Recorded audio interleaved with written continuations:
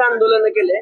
पंतप्रधान नरेंद्र मोदींना कुंकू बांगड्या हे सगळं पाठवलं जाते. ऑपरेशन सिंदूरच्या वेळेस पाकिस्ताननं आपल्यासोबत जे वागलं ते विसरून तुम्ही सामने कसे काय घेऊ शकतात असं म्हणत मुंबईत काही ठिकाणी तोडफोड देखील केली आहे. त्यांच्या अकलेची मला कीव करावीशी वाटते. पहिला मुद्दा म्हणजे सिंदूर ऑपरेशन आणि आंतरराष्ट्रीय क्रिकेट मधला सामना हे एकत्र आणण्याची काही गरज नाही. शेवटी राजकारणासाठी राजकारण करण्यापेक्षा हे जे काय करतायत हा एक देशद्रोह आहे. कारण सिंदूरच्या संदर्भामध्ये शंका उपस्थित करणं म्हणजे भारताच्या सीमेवर असणाऱ्या सैनिकांबद्दल शंका उपस्थित करणं आहे. ज्या सैनिकांच्या जीवावर ते देखील सुरक्षित झोपतायत, ज्या सैनिकांच्या जीवावर ते सुरक्षित देशात परदेशामध्ये फिरतायत, अशा सैनिकांवर सिंदूरच्या नावानं क्रिकेट सामन्याशी जोडून सिंदूर ह्या ऑपरेशनची चेष्टा करणं, टीका टिप्पणी करणं हा एक प्रकारचा देशद्रोह आहे आणि ही लोक देशद्रोहच करतायत हे याच्यातनं सिद्ध झालेलं आहे. दुसरी महत्वाची गोष्ट आहे की जो दुबईमध्ये सामना होतोय तो इंटरनॅशनल क्रिकेटचा सामना आहे. याच्यापूर्वी देखील वानखेडे स्टेडियम उखडल्यानंतर देखील अशा पद्धतीचे अनेक सामने त्या आंतरराष्ट्रीय दर्जावर भारत पाकिस्तानचे झालेले आहेत. हाच सामना जर IPLचा असता तर हे सगळं मान्य आहे. पाकिस्तान बद्दलची केंद्र सरकारची भूमिका जी सिंदूरच्या वेळी होती तीच भूमिका आहे. दहशतवाद मोडला गेला पाहिजे, दहशतवाद परत पसरवण्याचा प्रयत्न केला तर सिंदूर ऑपरेशन हे स्थगित आहे, संपलेलं नाही अशी भूमिका ऑलरेडी केंद्र शासनाने घेतलेली असताना सिंदूरच्या नावानं सैनिकांचा अपमान करणं हा बालिशपणा आहे, हा देशद्रोह आहे आणि हे महाराष्ट्रातल्या जनतेला कळलेलं आहे.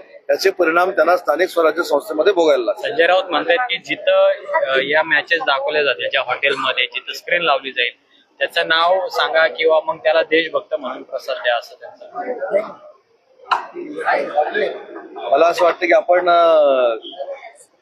सगळ्याच त्यांच्या भूमिकेवर विश्लेषण जर द्यायला गेलो तर मला देखील योग्य वाटत नाही. कारण विधानसभेला, लोकसभेला, उपराष्ट्रपती पदाच्या निवडणुकीमध्ये सारखं बोलून बोलून बोलून कुठेही कसलाही परिणाम झालेला नाही. आपण सगळ्या मीडियानीच आम्हाला दाखवलेला आहे. त्याच्यामुळे त्यांच्या बोलण्याला महत्व देण्यापेक्षा आम्ही जे प्रामाणिकपणानं काम करतोय ते लोकांपर्यंत पोहोचवणं यासाठीच आम्ही सगळे लोक प्रामाणिकपणानं पुढे जातोय.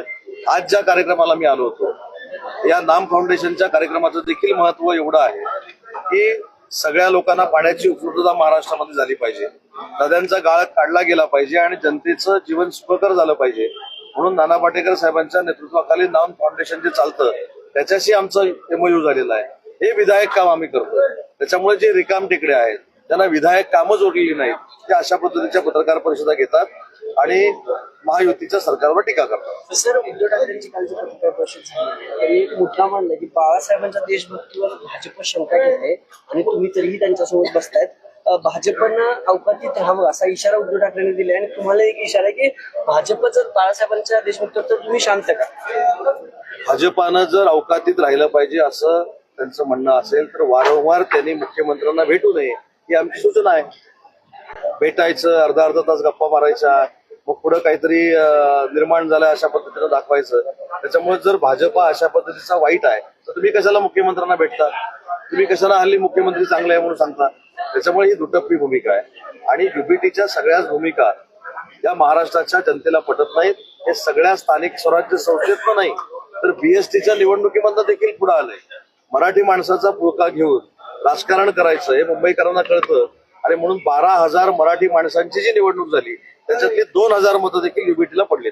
संजय राऊतांचं म्हणणं आहे की अजित पवार आणि एकनाथ शिंदेचं रक्त हे पाकड्यांचं रक्त आहे आणि अर्ध राजकारणी आहे, अर्धे राजकारणी अर्धे पाकडे.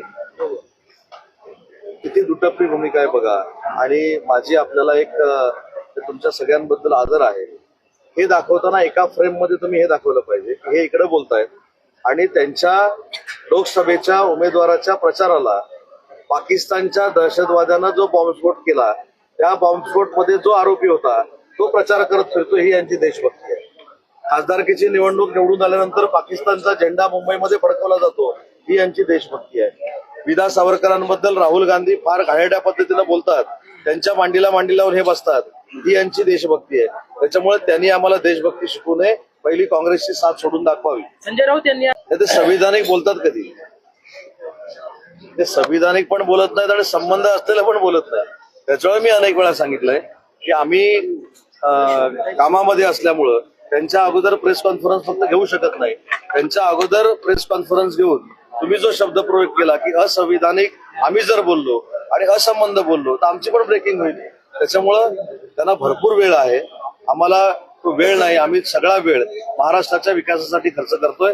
एकनाथ शिंदे साहेब काय करू शकतात हे 3 वर्षापूर्वी एकनाथ शिंदे साहेबांनी दाखवून दिलेलं आहे आणि त्या धसक्यात अजून एका बाहेर आलेलं नाही. कशाची बैठक आहे? आज बैठक आयोजित केलेली आहे, कशा संदर्भात बैठक आहे आणि पालिकेच्या आमची युबीटी आणि नाही, युबीटीची आणि बैठक आहे का मला माहित नाही, परंतु आमची सगळ्या आजी माजी आमदार खासदार मंत्री यांची बैठक माननीय शिंदे साहेबांच्या अध्यक्षतेखाली मुंबईमध्ये रात्री 8 वाजता आयोजित केलेली आहे. महानगरपालिकेचं सर ओबीसीचं जे सगळं आरक्षणाचं सुरू आहे, मराठा आरक्षणाचा GR आल्यानंतर खरं तर रेणापूर आणि लातूर जिल्ह्यात 2 आत्महत्या झाल्यात. एक ओबीसी समाजाचा मुलगा होता आणि दुसरा जो आहे तो बंजारा समाजाचा आहे. त्यांचंही म्हणणं आहे की आम्हाला त्या ओबीसीला धक्का लागला आणि त्यातून आम्हाला आरक्षण द्या.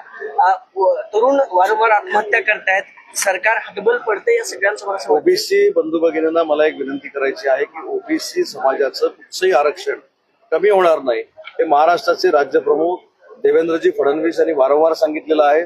आमचे मुख्य नेते आणि शिवसेनेचे आमचे उपमुख्यमंत्री एकनाथ शिंदे साहेबांनी देखील सांगितलेलं आहे, दादांनी देखील सांगितलेलं आहे. त्याच्यामुळं कुणाच्या तरी गैरसमजातनं तरुणांनी कुठेही आत्महत्येकडे वळू नये ही शासन म्हणून माझी विनंती आहे. ओबीसी समाजाचं काही कमी होणार नाही ही महायुती सरकारची ग्वाही आहे. सर दुसरं म्हणजे काल मुंबईतले 15 माजी नगरसेवक जे तुमच्याकडे आलेले आहेत ते पुन्हा ठाकरेंकडे जाणार अशा चर्चा आहे. उद्धव ठाकरेंकडून त्यांना फोन सुद्धा जात आहेत, तर नेमकी सत्य परिस्थिती काय आहे? की त्यांचे आमदार आमच्याकडे येणार ही चर्चा आहे, बरोबर आहे. आमचे काहीतरी 15 लोक तिकडे जाणार ही चर्चा आहे. कुठेही कोण गेलेलं नाही, पण तिकडचे इकडे येऊ शकतात, आमच्याकडचं कोणी जाणार. हिंदीमध्ये